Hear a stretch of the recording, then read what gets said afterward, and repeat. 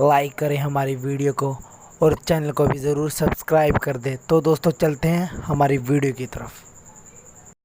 लेकिन अमेरिका बहादुर था कहाँ, वहाँ उसकी मदद क्यों ना पहुंची, ऐसा क्यों ना हुआ, ये सवाल बड़ा इंपॉर्टेंट है। और ये भी कि उसके बाद फिर डोनाल्ड ट्रंप साहब तो सालसी की पेशकश भी कर बैठे हैं, अब उसका क्या बनेगा। पाकिस्तान इस सारे तनाज़े में कहाँ खड़ा है, क्या इसकी अहमियत है, ये कुछ अहम सवाल हैं जिनके जवाब हम जानने की कोशिश करते हैं। हिलाली साहब, पहले आपकी तरफ आते हुए कहिएगा, आपको क्या नज़र आ रहा है, ये सारा एडवेंचर करने की ज़रूरत क्यों पेश आई इंडिया?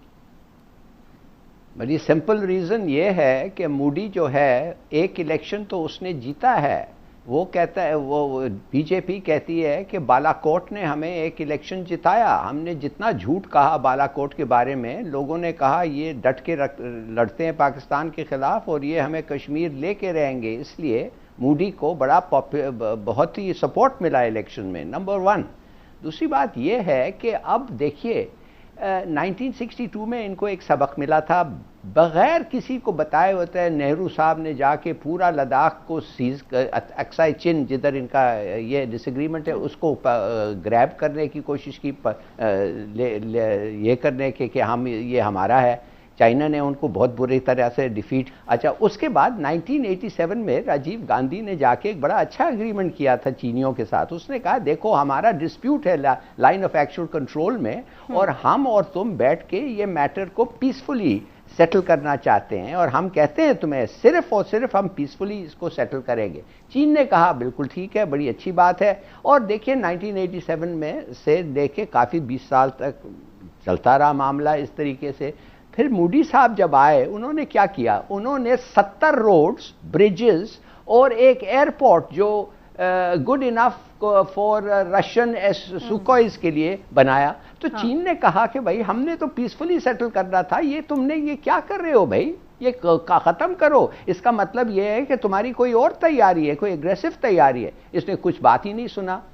तो फिर उन्होंने, अच्छा उसके बाद 370 जब आ गया, चीन ने उनको कहा लद्दाख तो तुमने इंडिया का एक हिस्सा बना दिया है, ये तो हमारा डिस्प्यूटेड टेरिटरी है। अब इसके माने ये है कि तुम हमारा जमीन को अपना बना लियो। This is hardly peaceful settlement. अब हम ये तुमने हमारी सॉवरेनिटी को वायलेट किया है।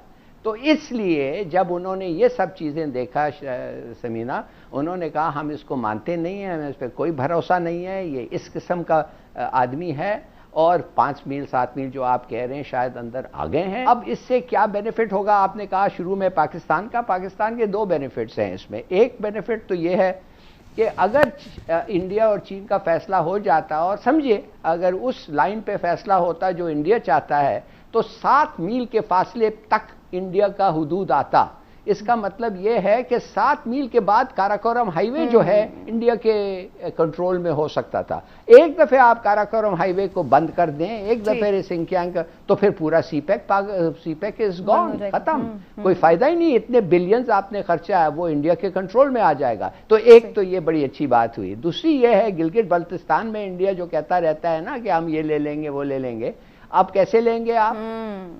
अब आप आके ये जो ग्रैब करने की आपकी कोशिश थी वो भी आप नहीं कर सकते हैं। तीसरी बात ये है, मजे की बात ये है समीना, कि ये यूएन नहीं जा सकते। अगर यूएन जाएंगे तो पहली चीज सेक्रेटरी कश्मीर भी खुलेगा इनको कि तुम तो यूएन क्या है, तुम तो यूएन रेजोल्यूशन को मानते नहीं हो, तुमने उसको रद्द कर दिया है, तो तुम किस बेसिस पे यूएन पे आए हो जब तुम खुद यूएन रेजोल्यूशंस को नहीं मानते हो? तो ये फंसे हुए हैं इधर। सही, वेरी गुड। लेकिन इमरान साहब, आपको क्या लगा ये एम्बैरसमेंट की सिचुएशन इनके लिए बनी है, अब ये यहाँ पे रुक जाएंगे या आगे कोई जंग करेंगे मजीद? हिलाली साहब ने इसका पस मंजर सारा जो बताया ना, उसके बाद मैं उस पे नहीं पेश मंजर पे हाँ, मैं इस पे आता हूँ कि असल देखें तनाज़ा है क्या, उसको समझिए ज़रा। जो इंडिया की और चीन की ये सरहद है ना मुतनाज़े, आप ये देखें इसका जो अगर आप रकबा देखें तो 3488 किलोमीटर लंबा ये उनका सरहद है, इंडिया की और चीन की।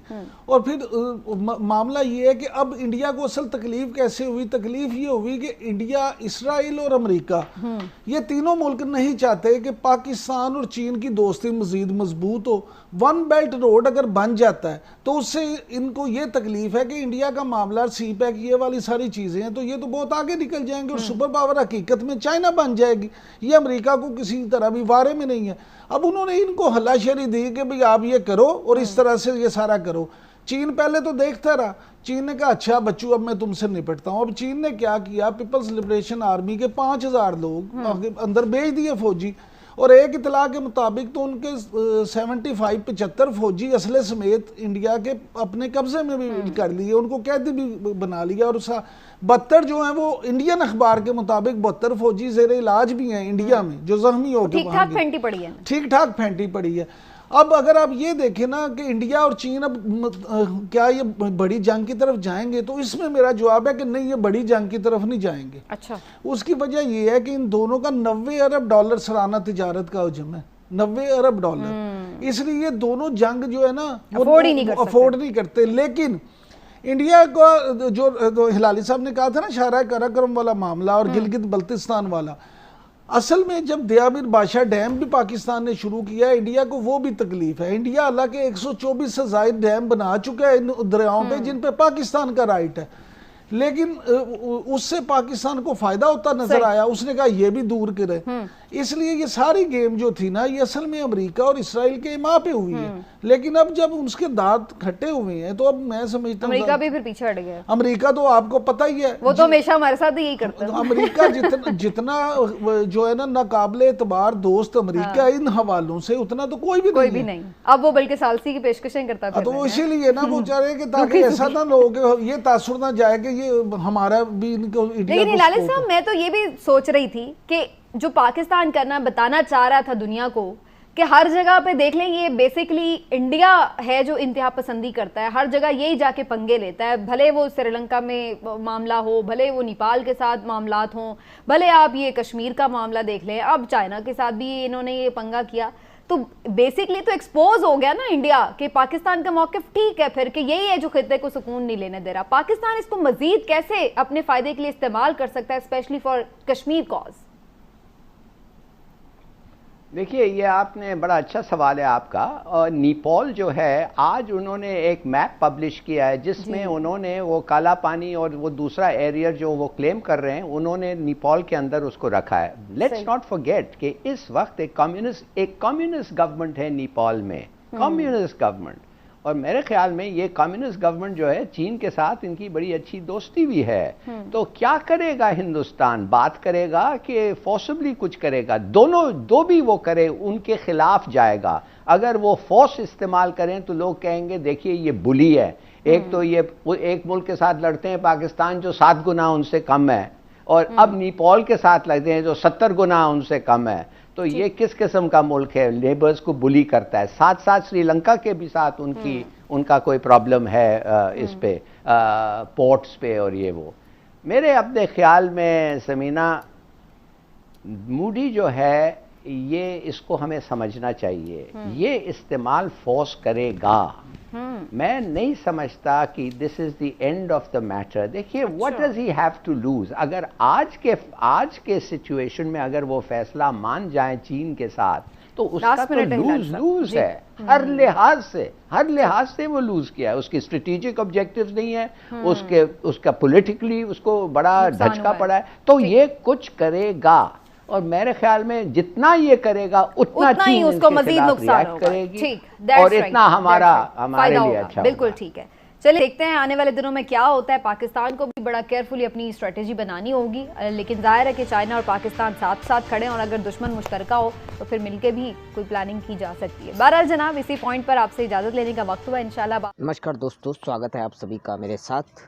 और आज से हमने कमेंट्री टाइम को रिड्यूस करने का निर्णय लिया है, और अभी आप जो हमारे वीडियोस देखेंगे वो विदाउट कमेंट्री के होंगे, या फिर बहुत ही शॉर्ट कमेंट्री जिनमें यूज़ की जाएंगी। आपको अगर ये पसंद आता है तो प्लीज़ आप लाइक शेयर सब्सक्राइब ज़रूर कीजिए चैनल को। और चलिए, आज आपने जो ये वीडियो देखा, इसके अंदर हिलाली को आपने देख ही लिया। इसकी सिचुएशन क्या है? ये कह रहा है कि मोदी बहुत ही मतलब गजब का आदमी है और ये ज़रूर कुछ ना कुछ करेगा। तो और कहता है कि मैं 100% दावे के साथ कहता हूँ कि ये ज़रूर कुछ करेगा। ये ऐसा आदमी नहीं है जो चुप बैठ जाए। तो मैं समझता हूँ कि ये बंदा काफ़ी अच्छी समझ रखता है, और ये समझ रहा है कि मोदी चुप बैठने वाला आदमी नहीं है या पीछे हटने वाला आदमी नहीं है, ज़रूर कुछ करेगा। तो अभी देखना है दोस्तों क्या होता है, वो तो भविष्य बताएगा कि क्या करने वाले हैं मोदी जी। अगर हिलाली कह रहा है तो कुछ ना कुछ तो हो जाएगा। चलिए देखते हैं क्या होता है। खैर वीडियो अच्छा लगा हो प्लीज़ लाइक शेयर सब्सक्राइब।